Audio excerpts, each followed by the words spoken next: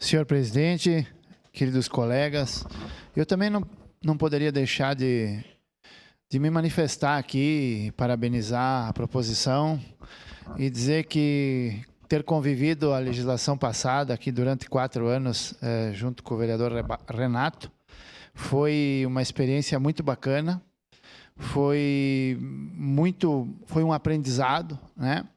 Ele, com toda a vênia aqui aos colegas e aos propositores, mas ele demonstrava não ter partido, porque ele gostava de todo mundo, ele conversava com todo mundo, ele aceitava as ideias de todo mundo, ele era uma pessoa sempre sorridente, é uma pessoa sempre sorridente, alegre, né? Sempre disposto a conversar, a discutir, a participar.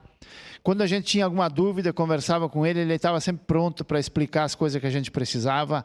Ele nunca olhou se esse é daquele partido, do outro partido, da onde, se gosta disso ou gosta daquilo. Sempre tratou todo mundo de forma igual. Então, realmente, o Renato merece, né, essa homenagem.